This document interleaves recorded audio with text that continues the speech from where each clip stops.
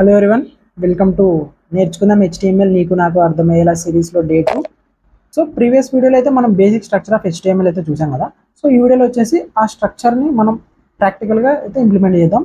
So ప్రాక్టికల్గా implement చేయడానికి మనం యూజ్ చేసేది వచ్చేసి ఒక నోట్ ప్యాడ్, ఒక వెబ్ బ్రౌజర్. ఫస్ట్ ఓపెన్ చేయాల్సింది note pad. So note pad open చేసిన వెంటనే సో స్ట్రక్చర్లో నేను చెప్పిన మెయిన్ పాయింట్ ఏంటంటే ఫస్ట్ రాయాల్సిన ట్యాగ్ వచ్చేసి మనం డాక్యుమెంట్ టైప్.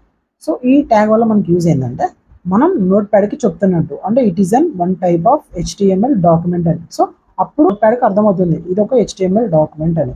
సో మనం రాయాల్సిన ట్యాగ్ వచ్చేసి డాక్యుమెంట్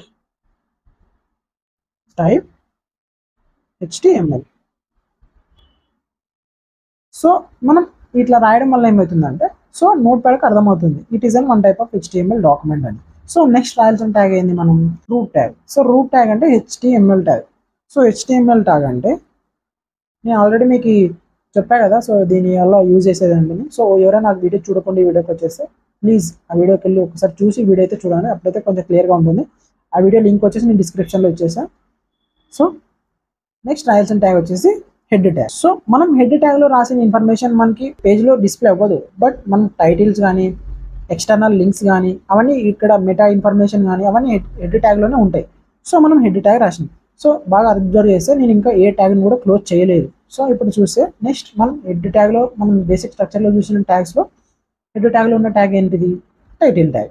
సో ఇప్పుడు టైటిల్ ట్యాగ్ రాద్దాం. ప్లీజ్ కన్ఫ్యూజ్ అవ్వకండి. ఇప్పుడు నేను ఎలా వస్తున్నానో జస్ట్ నన్ను ఫాలో అవ్వండి. నేను స్టెప్ బై స్టెప్ ఎలా ఎగ్జిక్యూట్ చేయాలి అనే వరకు చూపిస్తా. HTML టైటిల్ ట్యాగ్ రాసినాం. సో ఇప్పుడు టైటిల్ ట్యాగ్లో మనం ఏం రాద్దాం is my website.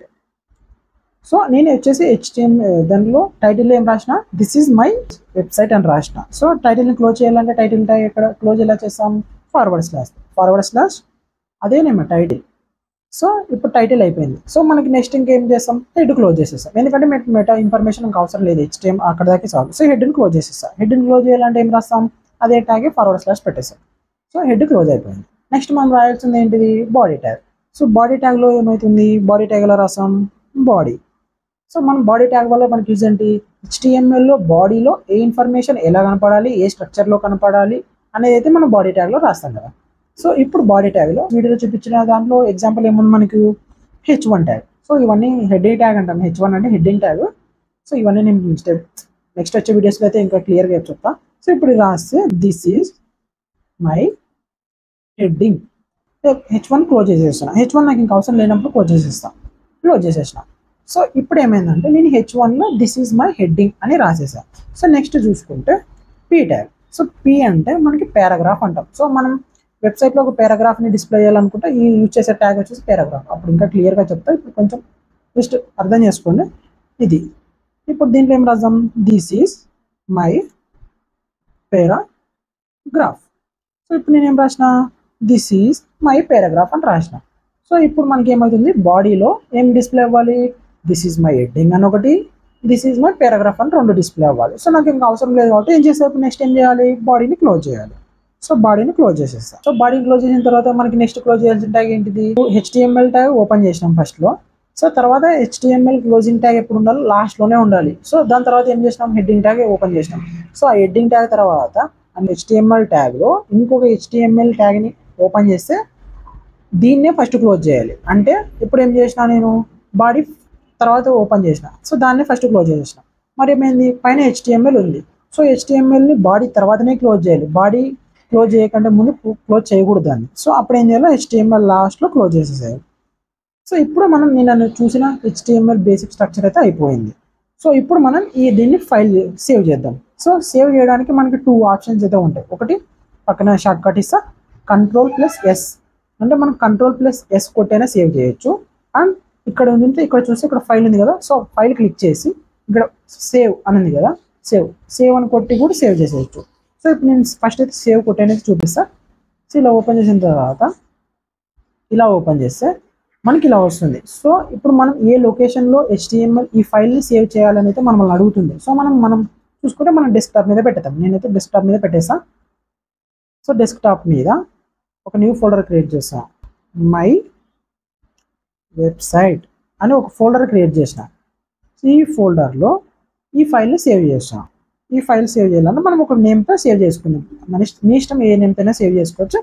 But save చేసే టైంలో నేను ఒకటి చెప్తా, మనం ఒక ఎక్స్టెన్షన్తో సేవ్ చేయాల్సి ఉంటుంది. అదేంటంటే 2 టైప్స్లో సేవ్ అంటే మేము 2 వేస్లో సేవ్ చేసుకోవచ్చు. ఒకటి వచ్చేసి .html అనే ఎక్స్టెన్షన్తోనైనా సేవ్ చేసుకోవచ్చు, లేదా .htm అనే ఎక్స్టెన్షన్తోనైనా సేవ్ చేసుకోవచ్చు. అంటే ఎలా అంటే ఇప్పుడు సేవ్ చేస్తున్నా ఒకసారి చూడండి. మై వెబ్సైట్ అని సేవ్ చేసిన .html అని సేవ్ చేసాం. సో మనం ఒకవేళ .html అనే ఎక్స్టెన్షన్తో సేవ్ చేయకపోతే అది ఒక HTML పేజ్ అయ్యి అది మనకి క్రోమ్లో అంటే వెబ్ బ్రౌజర్లో ఓపెన్ అవ్వదు అది. సో దాన్ని ఒక టెక్స్ట్ లాగా ట్రీట్ చేసేది. సో మనం .html అనే దాని ఎక్స్టెన్షన్తో సేవ్ చేసామనుకో ఇది ఒక HTML ఫైల్ అని చెప్పి బ్రౌజర్కి ఓపెన్ చేసినప్పుడు అర్థమవుతుంది. సో ఇప్పుడు ఎంటర్ కొట్టేస్తాం. సో మనకి ఇప్పుడు క్లోజ్ అయిపోయింది కదా. సో సేవ్ చేసేసాం. ఇక్కడ నుంచి బ్యాక్ వచ్చేద్దాం. సో బ్యాక్ వచ్చేసి మనం సేవ్ చేసిన ఫైల్ ఎక్కడ ఉంది, ఇక్కడ మన ఫోల్డర్ ఉంది కదా. So my website folder open చేసిన తర్వాత ఇక్కడ ఉంది మాది. ఆల్రెడీ ఇక్కడ మనకు లోగో వచ్చేస్తుంది, ఎందుకంటే మనం HTML అనే ఫైల్ ఎక్స్టెన్షన్తో సేవ్ చేసాం కదా. సో అందుకోసం మనకైతే ఇక్కడ మనకి ఏ బ్రౌజర్ అనేది డిఫాల్ట్గా ఉంటుందో ఆ బ్రౌజర్ లోగో అయితే వస్తుంది. సో ఇప్పుడు నా దాంట్లో ఎడ్జ్ అయితే ఉంది. సో అందుకోసం ఇది వచ్చింది. ఇప్పుడు డబుల్ క్లిక్ చేసి ఓపెన్ చేసి ఇలా కనిపిస్తుంది. సో ఇందాక మనం రాసింది ఉంది కదా, this is my heading and this is my paragraph అని మనం రాసింది వచ్చేసి బాడీలో రాసిన ఎలిమెంట్స్ వచ్చేసి ఇక్కడ ప్రింట్ అయినాయి. అండ్ హెడ్లో రాసాం కదా టైటిల్ అని. సో అదైతే దిస్ ఈజ్ మై వెబ్సైట్ అని టైటిల్లో రాసాం కదా. సో మనకు అదైతే ఇక్కడ డిస్ప్లే అయింది. సో ఇప్పుడు మనం హెడ్ ట్యాగ్లో రాసిన డేటా మాత్రం ఏమాత్రం ఈ బాడీ ఇక్కడ కనిపిస్తుంది కదా, ఈ టోటల్ బాడీలో అయితే డిస్ప్లే అవ్వదు. ఓన్లీ ఇక్కడ ఈ ట్యాబ్స్లో కానీ అండ్ ఏమైనా లింక్స్ కానీ యాడ్ చేసుకోవడానికి అయితే హెడ్ ట్యాగ్ అయితే యూజ్ చేస్తాం.